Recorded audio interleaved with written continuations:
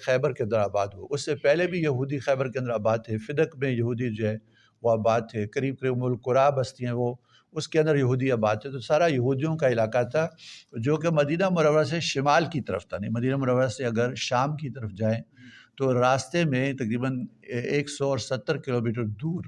یہ راستے میں پڑتا ہے شمال کی طرف جاتے ہوئے۔ تو حضور اقدس صلی اللہ علیہ وسلم نے 1400 صحابہ کرام کے ساتھ جو ہے اس کا قصد فرمایا۔ اس میں آپ نے خاص طور سے یہ اہتمام فرمایا کہ وہ لوگ چلیں جو حدیبیہ میں ہمارے ساتھ تھے، جو بیعت رضوان میں ہمارے ساتھ تھے۔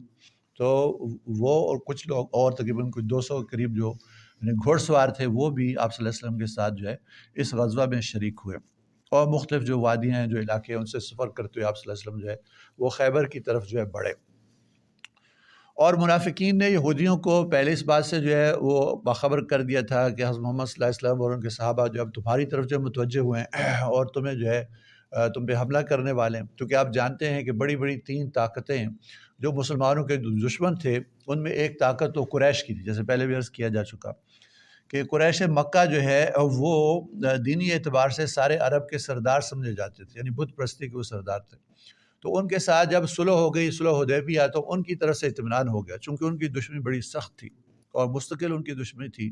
تو ان کے ساتھ صلح ہونے کی وجہ سے ان سے تو اطمینان ہو گیا۔ باقی جو 2 بازو تھے ان میں یہودی جو ہے بہت سخت جو ہے وہ دشمن تھے، اور غزوہ احزاب کی جو بنیاد ہے، جو جڑ ہے، جو وجہ ہے، وہ خیبر کے یہودی بنے۔ وہی ابن اخطب جو یہودیوں کا سردار تھا، اس سے مختلف قبیلوں کے پاس، پہلے وہ قریش کے پاس گیا، پھر غطفان کے پاس گیا، اور پھر جو ہے بنو قریظہ کے یہودیوں کے پاس گیا، ان سب کو جا کے اکٹھا کر کے مسلمانوں کے خلاف جو ہے غزوہ احزاب کے اندر جو وہ لے کے آیا تھا۔ تو گویا خیبر ہی سے ساری جو شرارتیں اور ساری جو سازشیں جو تھیں یہ شروع ہوتی تھیں، تو یہ سازشوں کا ایک طرح سے گڑھ تھا۔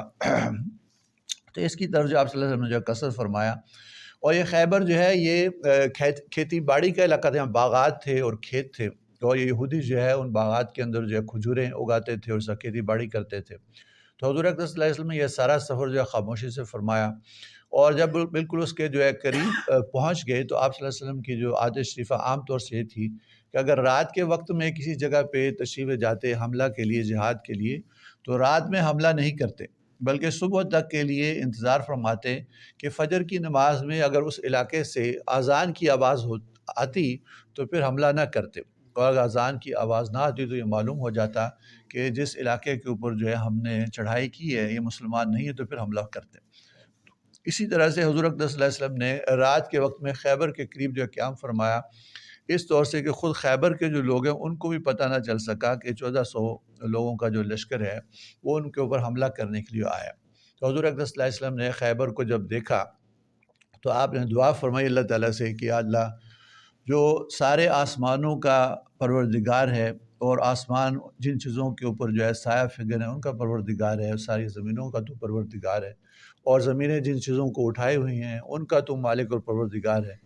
اور تو شیاطین کا اور شیاطین جن کو گمراہ کریں ان کا تو پروردگار ہے، اور تو ہواؤں کا اور ہوائیں جن چیزوں کو اڑا کے لے جاتی ہیں ان کا تو رب اور پروردگار ہے۔ تو اس بستی کے لوگوں کی خیر ہمیں عطا فرما، تو یہاں پہ جو چیزیں ہیں ان کی خیر ہمیں عطا فرما،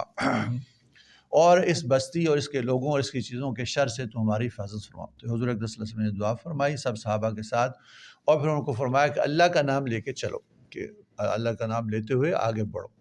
اور پھر جب قریب پہنچ گئے تو پھر رات جو ہے حملہ نہیں کیا، صبح کے وقت میں جب حملہ کیا تو ان کے کسان جو تھے خیبر میں، جو یہودی تھے،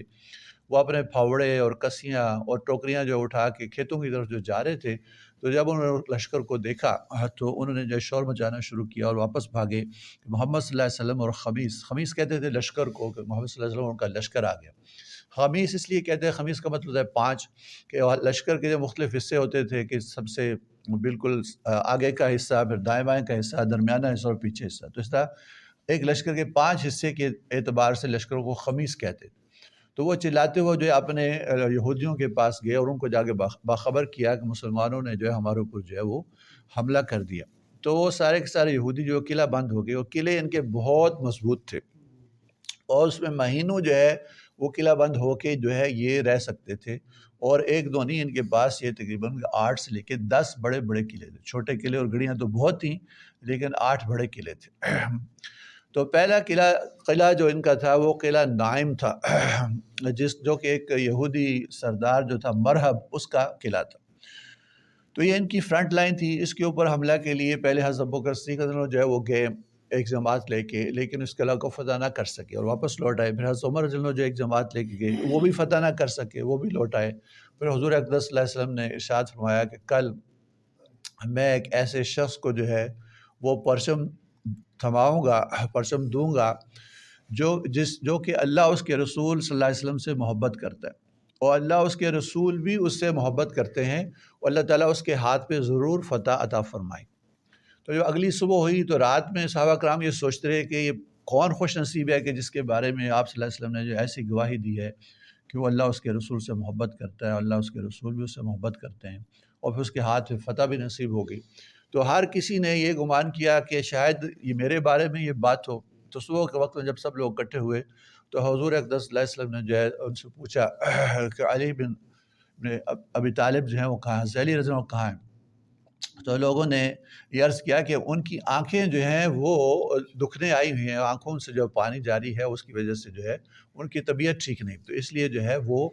آپ کے سامنے حاضر نہیں ہو سکے۔ تو آپ صلی اللہ علیہ وسلم نے ان کو جو بلا بھیجا اور ان کو آپ کے سامنے حاضر کیا گیا۔ پھر آپ صلی اللہ علیہ وسلم اپنا لعاب دہن ان کی آنکھوں پہ لگایا، اور جس سے وہ ایک دم بالکل ٹھیک ہو گئے، جیسا کہ ان کو کوئی تکلیف تھی ہی نہیں۔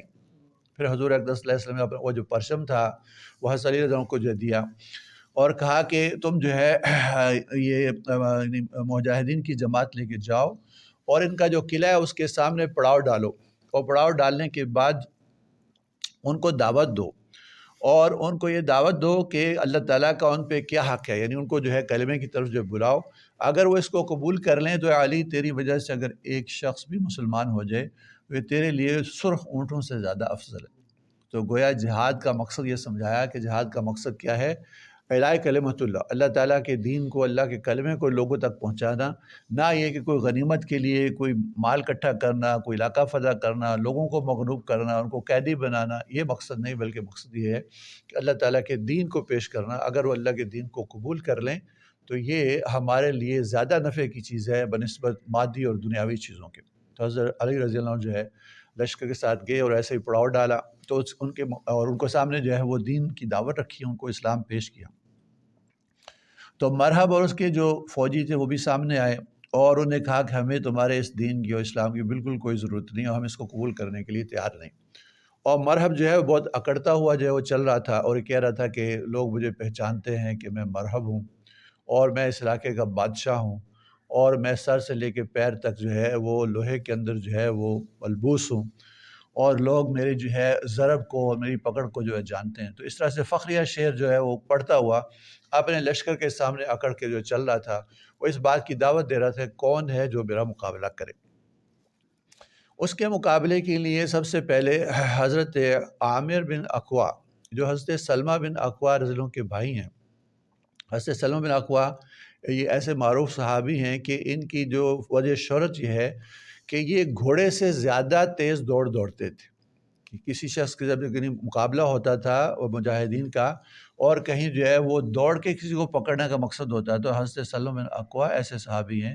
جو کہ اتنی تیز دوڑتے تھے کہ گھوڑا بھی ان کا مقابلہ نہیں کر سکتا۔